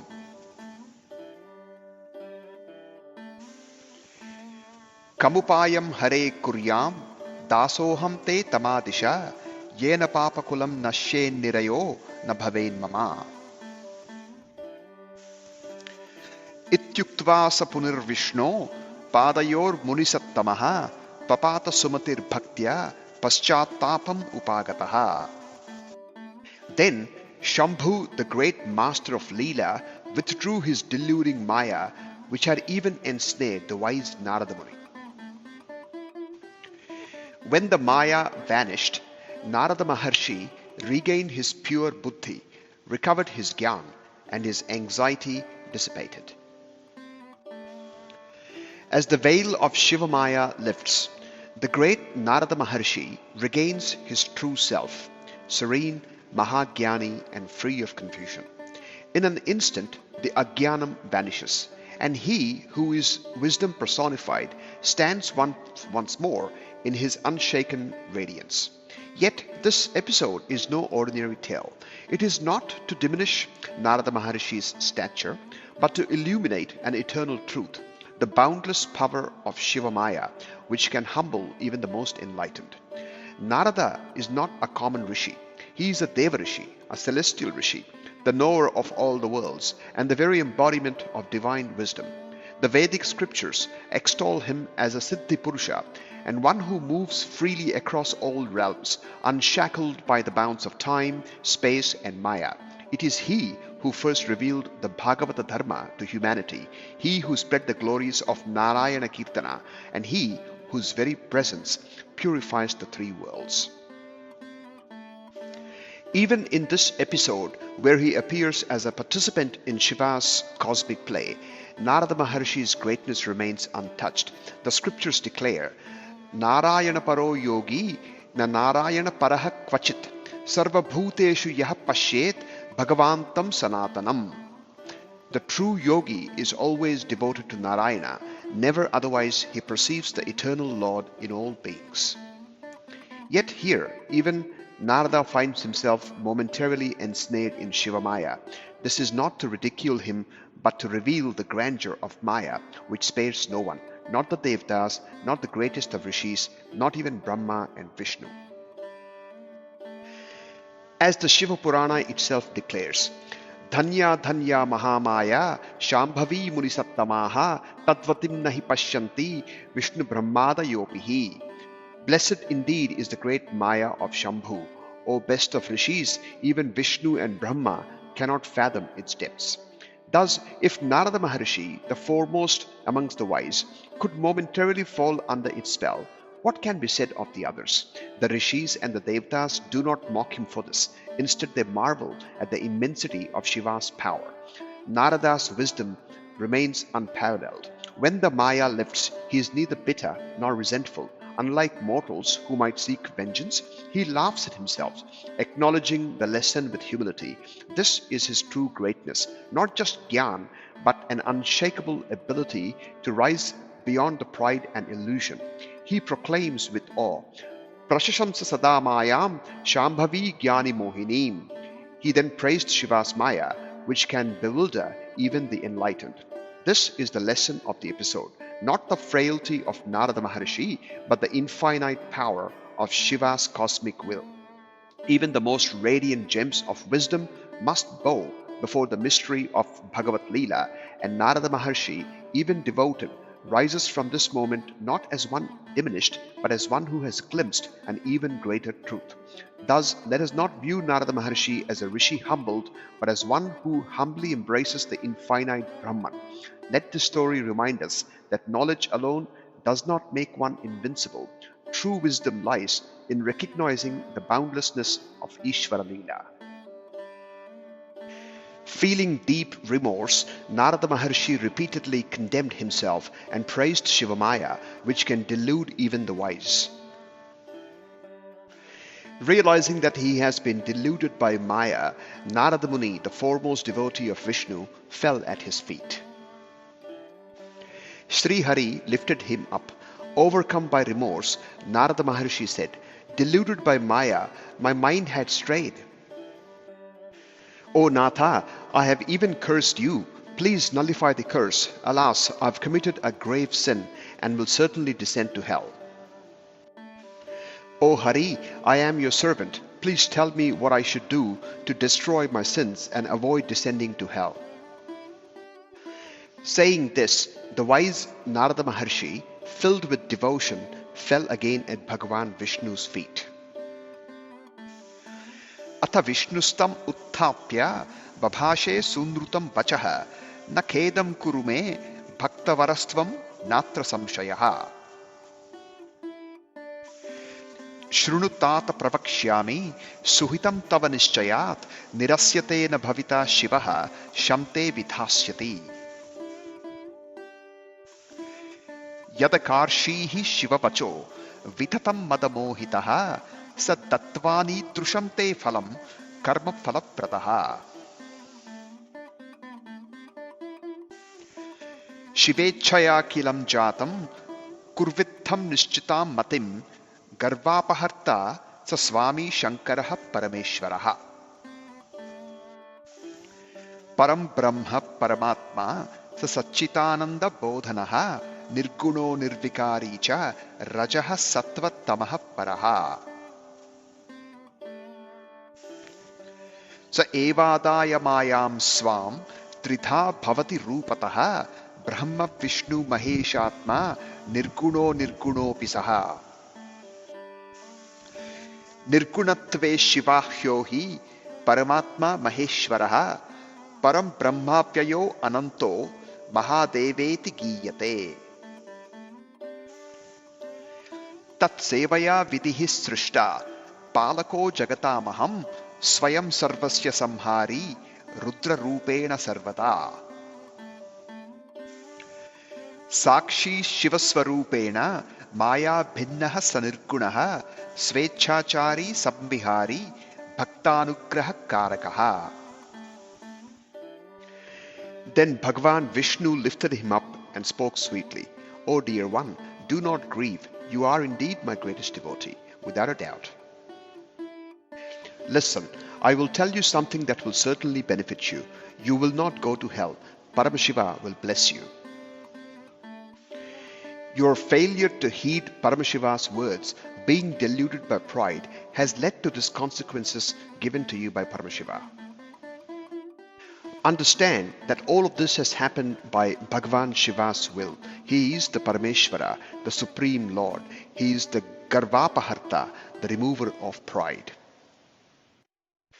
He is the Parabrahman, the ultimate soul. He is Satchidananda Rupa, the embodiment of existence, consciousness and bliss. He is Nirguna and Nirvikara, beyond the three qualities of nature, the Sattva, the Rajas and the Tamas. He, taking his Maya, manifests as Brahma, Vishnu and Mahesh, and is both formless and the manifest. In his formless state, he is called Shiva. He is the Paramatma, the Supreme Soul, the eternal and the infinite Maheshvara. It is in his service that Brahma became the Srishtikarta, the creator. I sustain the world as the Jagat Palaka, and he, in the form of Rudra, is the Sarvasya Samhari, the destroyer of all.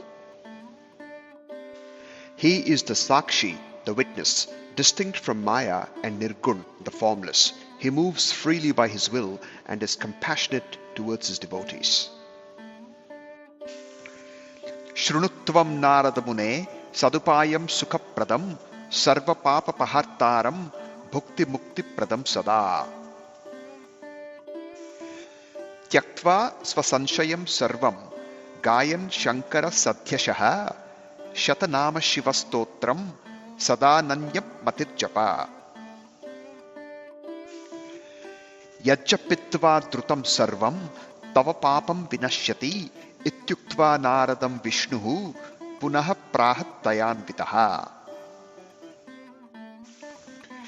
Mune Nakurushokam Tvam Tvaya Kinchit Krutam Nahi Svechaya Krutavan Shambhuridam Sarvam Nasamshayaha Aharshi Tvan Matim Divyam Kama Kleshamadatsate Tvan Mukadhyapayan Chakre Shapam Mesa Maheshwaraha Ittham Svacharitam Loke Prakati Krutvan Swayam Mrutyunjayah Kala Kalo Bhaktodhara Parayanaha. O Narada Maharshi, let me tell you a great remedy that is Sukhapradam or brings happiness, is Sarva Papa Hartaram, destroys all sins, and Bhukti Mukti Pradam Sada, grants both enjoyment and liberation. Just like Gita-charya Krishna Bhagavan said to Arjun in Bhagavad Gita, where he said, Samshayatma Vinashyati, similarly Vishnu said to Narada Maharshi here, renounce all doubts, sing the glories of Paramashiva, and always recite the Shatanama Shiva Stotram, the hymn of his 100 names, with unwavering devotion. By reciting it, all your sins will be destroyed immediately. Saying this, compassionate Vishnu addressed Narada Maharshi again. O Muni, do not grieve. You have done nothing. All this was orchestrated by Bhagavan Shiva's will. There is no doubt. He took away your divine wisdom, caused you the agony of desire, and made you curse me. And thus, he only revealed his Svacharitam, his own nature to the world. He is the Mrutyunjaya, the conqueror of death. He is Kala Kalo, the vanquisher of time, and Bhaktodhara Parayanaha, the savior of all his devotees. Name Shiva Samanosti Priyaha Swami Sukhapradaha Sarva Shakti Pradomesti Sa Eva Parameshwaraha Tasyopasyam Kurumune Tameva Satatam Bhaja Tadyashaha Shrunugaya Tvam Kuru Nityam Tadarchanam Kayena Manasa Vacha Yaha Shankaram Upaiti Bhoho Sa Pandita Iti Gyeyaha Sa Jivan Mukta Uchyate Shiveti Nama Davagner Mahapataka Parvataha Bhasmi Bhavantya Anasayat Satyam Satyam Na Samshayaha Papa Mulani Dukkhani Vividhanyapitanyataha Shivarchanaika Nashyani Nanyanashyani Sarvatha Savaitikaha Sapunyatma Sadhanyaha Sabudho Mune Yaha Sada Kayavak Chittaihi Sharanam Yati Shankaram Bhavanti Vividha Dharma येषां सद्यः फलोन्मुखाः तेषां भवति विश्वास स्त्री पुरान्तक पूजने पातकानि विनश्यन्ति यावन्ति शिवपूजया भुवि तावन्ति पापानि न सन्त्येव महामुने ब्रह्महत्यादि पापानां राशयोऽप्यमिता मुने शिवस्मृत्या विनश्यन्ति सत्यं सत्यं वदाम्यहम् शिवनामतीरं प्राप्य संसाराब्धिं तरन्ति ते संसारमूलपापानि तस्य नश्यन्त्य संशयम्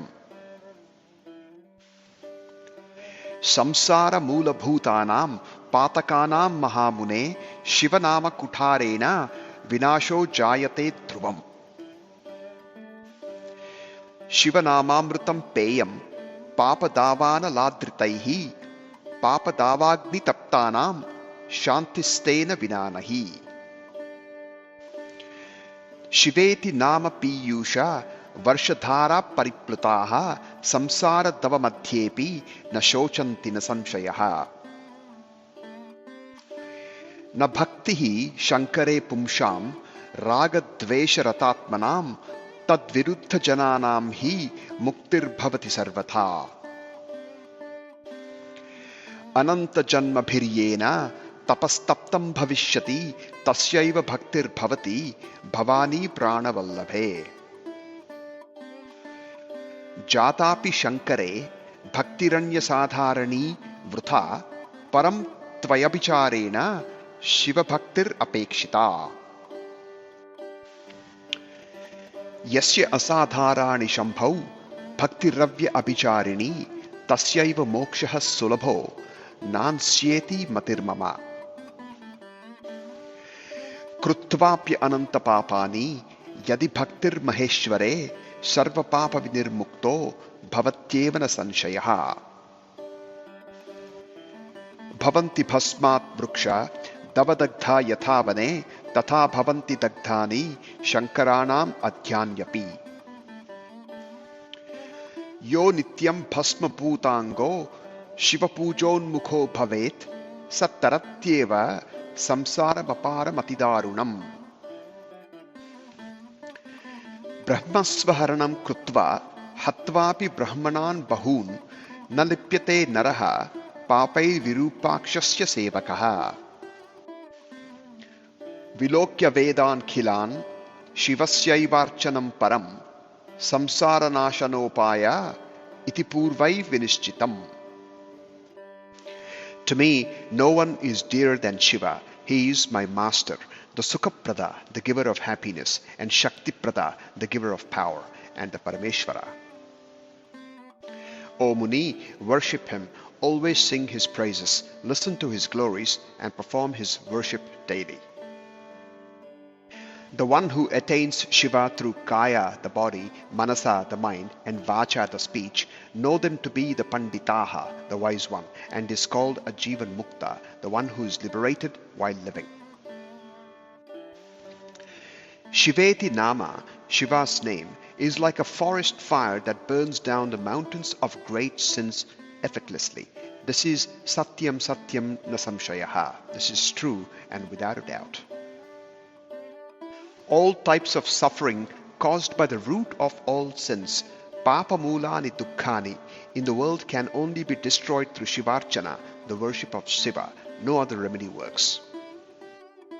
O Narada Muni, Savedikaha, he alone is Vedic. Sapunyatma, he is virtuous. Sadhanyaha, he is blessed. Sabuddho, he is wise. Who? The one who surrenders to Bhagavan Shiva through body, speech and mind. Those whose virtuous deeds yield immediate results have unwavering faith in Tripurantaka. O Narada Maharshi, the sins destroyed by Shiva Puja surpass the entire number of sins present on earth. O Muni, even countless grave sins like Brahmahatya are destroyed by remembering Shiva. Satyam Satyam Vadamyaham. This is the absolute truth.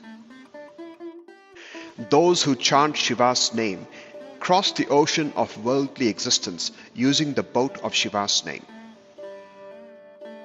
O great Muni, Shivanama Kutarena, the acts of Shiva's name, surely destroys the root sins of the world. Those scorched by the wild fire of sin must drink the nectar of Shiva's name, as no peace is possible without it. Those drenched in the nectareous rain of Shiva's name remain unscathed and free from sorrow in the wild fire of worldly sins. Those consumed by attachment and aversion cannot have Shiva Bhakti, but the sinless attain liberation. Only the one who has performed tapasya over countless lives can attain to Shiva Bhakti. Shiva Bhakti requires singularity and purity. Ordinary devotion is futile. Only those with exceptional and unwavering bhakti to Shambhu can attain moksha. It is not easily available to others. Even after committing countless sins, one who devotes themselves to Maheshwara is freed from all sins without a doubt. Just as trees in a forest are reduced to ashes by wildfire, the sins of Shiva's devotees are similarly destroyed. Yo nityam bhasma putangaha, one who daily purifies their body with sacred ash and is devoted to Shiva puja, crosses the unbearable ocean of worldly existence. Even one who has seized wealth from the Brahmins or killed many of them remains untouched by sin if he is devoted to Virupaksha. Having studied all the Vedas, ancient scholars concluded that Shivarchana is the ultimate means to liberation from the worldly bonds. Adhya prabhuti yatnena savadhano yathavidhi sambham sadashivam bhaktya bhajanityam maheshwaram. Apada mastakam samyak bhasmano dhulya sadaram sarvashruti shrutam shaivam mantram japa shadaksharam. Sarvangeshu prayatnena rudrakshan shiva vallabhan dharayasvati sadbhaktya samantram vidipurvakam. Shrunu shaivim katham nityam vada shaivim katham sada pujayasvati yatnena shiva bhaktan punah punaha. Apramadena satatam shivaika sharano bhava Shivarchanena satatamanandaha prapyate yataha. Urasyadhaya vishade Shivasya charanambhujau Shivatirthani vichara prathamam munisattama. Pashyan mahatmyamatulam Shankarasya paratmanaha Gachanandavanam Paschambu priyatamam mune. Tatra Vishveshwaram Društva Pujanam Kuru Bhaktitaha Natva Stutva Visheshena Nirvikalpo Bhavishyasi. Tatascha Bhavata Nunam Vidheyam Gamanam Mune Brahmaloke Svakamartham Shasanan Mama Bhaktitaha. Natva Stutva Visheshena Vidhim Svajanakam Mune Prashthavyam Shiva Mahatmyam Bahushaha Prita Chetasa. Sa Shaiva Pravaro Brahma Mahatmyam Shankarasyate Shravayishyati Supritya Shatanamastavam Chahi.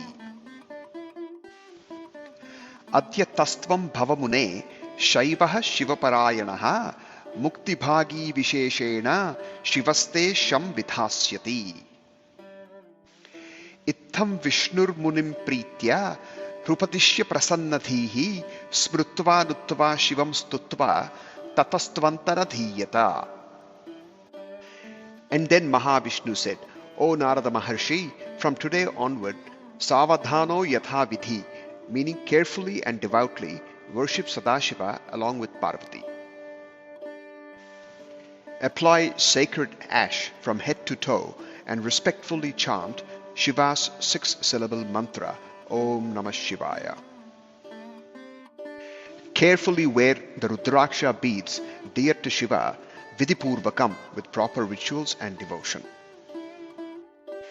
Listen to and narrate Shiva's stories daily and respectfully serve Shiva's devotees. Always remain in Shivaika Sharano, or in the refuge of Shiva, without negligence, for it is through Shivarchana alone that Satatamanandam, or eternal bliss, is attained. O Munishrestha, the foremost amongst the Munis, establish the radiant lotus feet of Bhagavan Shiva in your heart and first travel to Shiva's sacred pilgrimage sites. O Narada Muni, witness the unparalleled glory of Paramatma Shankara and finally proceed to Anandavana, or Kashi, a place most beloved to Paramashiva. There, after beholding Vishveshvara, worship him with bhakti. By sincerely praising and venerating him, you shall become nirvikalpo, or free from all doubts. O Narada Maharshi, thereafter, Shasanan Mama, by my command, you must journey to Brahmaloka Bhakti Purvak, or with devotion to fulfill your desires. O Muni, thereafter, reverently bowing to and praising Svajanakam, your own father Brahma, you must ask him joyously and repeatedly about the glories of Shiva. Brahma, the foremost devotee of Shiva, will gladly narrate to you the greatness of Shankara and the Shatanama Stotra.